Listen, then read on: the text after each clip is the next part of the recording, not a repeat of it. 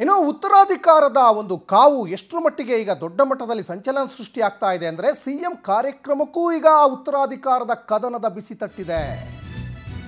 CM ಕಾರ್ಯಕ್ರಮದಲ್ಲೂ ಕೂಡ ಈ ಮಾತುಗಳು ದೊಡ್ಡ ಮಟ್ಟದಲ್ಲಿ ಈಗ ಚರ್ಚೆ ಆಗ್ತಾ ಇದ್ದಾವೆ. ಸಿಎಂ ಕಾರ್ಯಕ್ರಮಕ್ಕೂ ಕೂಡ ಈಗ ತಟ್ಟಿದೆ ಉತ್ತರಾಧಿಕಾರಿ ಕದನದ ಬಿಸಿ. ನವೆಂಬರ್ ಕ್ರಾಂತಿಗೆ ಅಕ್ಟೋಬರ್ ಅಂತ್ಯದಲ್ಲೇ ಮುನ್ನುಡಿನ. ಹಾಗಾದ್ರೆ ಬೆಂಗಳೂರು ದಕ್ಷಿಣ ಜಿಲ್ಲೆಗೆ ಸಿಎಂ ಬಂದರೂ ಕೂಡ ಡಿಕೆ ಬಣದ ಶಾಸಕರು ಬರಲಿಲ್ಲ.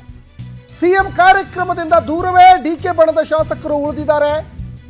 ಡಿಸಿಎಂ ಡಿಕೆ ಸೇರಿದಂತೆ ಜಿಲ್ಲೆಯ ಶಾಸಕರು ಕಾರ್ಯಕ್ರಮಕ್ಕೆ ಗೈರಾದರು.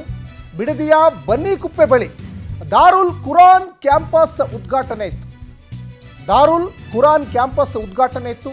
ಕಾರ್ಯಕ್ರಮದಿಂದ ದೂರ ಉಳಿದಿದ್ದಾರೆ ಡಿಸಿಎಂ ಡಿಕೆಶಿ ಬಣದ ಅನೇಕ ಶಾಸಕರು. ಕಾರ್ಯಕ್ರಮಕ್ಕೆ ಶಾಸಕರಾದಂತಹ ರಾಮನಗರ ಶಾಸಕ ಇಕ್ಬಾಲ್ ಹುಸೇನ್, ಯೋಗೇಶ್ವರ್, ಸಿಪಿ ಯೋಗೇಶ್ವರ್ ಈಗೇನೀಗ ಬೈ ಎಲೆಕ್ಷನಲ್ಲಿ ಗೆದ್ರಲ್ಲ, ಅದು ಡಿ ಕೆ ಶಿವಕುಮಾರ್ ಒಂದು ಕೃಪಾ ಕಟಾಕ್ಷದಿಂದನೇ ಗೆದ್ದಿದ್ದು. ಚನ್ನಪಟ್ಟಣದಿಂದ ಯೋಗೇಶ್ವರ್ ಗೈರಾದ್ರು. ಸದ್ಯ ವಿದೇಶ ಪ್ರವಾಸದಲ್ಲಿರುವಂತಹ ಮಾಗಡಿ ಕಾಂಗ್ರೆಸ್ ಶಾಸಕ ಬಾಲಕೃಷ್ಣ. ಇಂದಿನ ಕಾರ್ಯಕ್ರಮಕ್ಕೆ ಆಹ್ವಾನ ಇತ್ತು, ಎಲ್ಲ ಶಾಸಕರಿಗೂ ಇತ್ತು, ಆದರೂ ಕೂಡ ಶಾಸಕರು ಬಂದಿಲ್ಲ.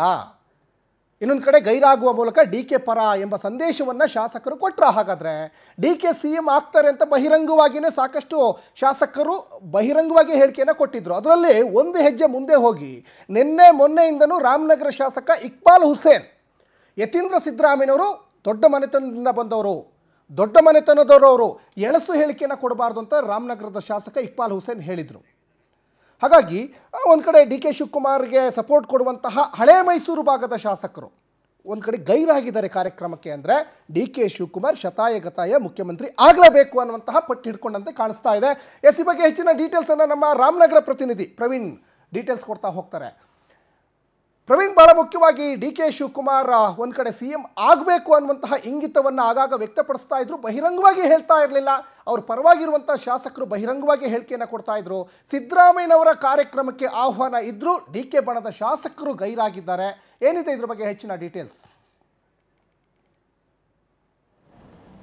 ಖಂಡಿತ ಸಜ್ಜನ್, ರಾಜ್ಯದಲ್ಲಿ ಚರ್ಚೆ ಆಗ್ತಾ ಇರುವಂತದ್ದು ಒಂದ್ ಕಡೆ ನವೆಂಬರ್ನ ಕ್ರಾಂತಿ, ಮತ್ತೊಂದ್ ಕಡೆ ಸಿಎಂ ಬದಲಾವಣೆ ಆಗ್ತಾರೆ ಅಂತ ಹೇಳಿ ಒಂದಷ್ಟು ಚರ್ಚೆಗಳಾಗ್ತಾ ಇರುವಂತದ್ದು. ಅದ್ರ ಬೆನ್ನಲ್ಲೇ ಯತೀಂದ್ರ ಸಿದ್ದರಾಮಯ್ಯನವರು ಸತೀಶ್ ಜಾರಕಿಹೊಳಿ ಅವರು ಉತ್ತರಾಧಿಕಾರಿ ಅಂತ ಹೇಳ್ತಿದ್ದಂತೆ ಸಾಕಷ್ಟು ಸಂಚಲನ ಆಗ್ತಾ ಇರೋದು, ಜೊತೆಗೆ ಸಾಕಷ್ಟು ಚರ್ಚೆಗಳಾಗ್ತಾ ಇರೋದು. ಇದು ಸಿದ್ದರಾಮಯ್ಯನವರ ಕಾರ್ಯಕ್ರಮ ಕೂಡ ಇಂಪ್ಯಾಕ್ಟ್ ಆಗಿರುವಂತದ್ದು. ಇವತ್ತು ಬೆಂಗಳೂರು ದಕ್ಷಿಣ ಜಿಲ್ಲೆಯಲ್ಲಿ ಒಂದು ಸಿದ್ದರಾಮಯ್ಯನವರು ಒಂದು ಖಾಸಗಿ ಕಾರ್ಯಕ್ರಮಕ್ಕೆ ಬಂದಿದ್ರಲ್ಲಿ ಸ್ಥಳೀಯ ಶಾಸಕರಿಗೂ ಕೂಡ ಆಹ್ವಾನವನ್ನ ಕೊಡಲಾಗಿತ್ತು. ಅಂದ್ರೆ ಮಾಗಡಿ ಶಾಸಕರಾದ ಬಾಲಕೃಷ್ಣ, ಸಿಪಿ ಯೋಗೇಶ್ವರ್ ಸೇರಿದಂತೆ ಇಕ್ಬಾಲ್ ಹುಸೇನ್ ಅವರಿಗೆ ಕಾರ್ಯಕ್ರಮಕ್ಕೆ ಆಹ್ವಾನ ಕೊಟ್ಟಿದ್ರು.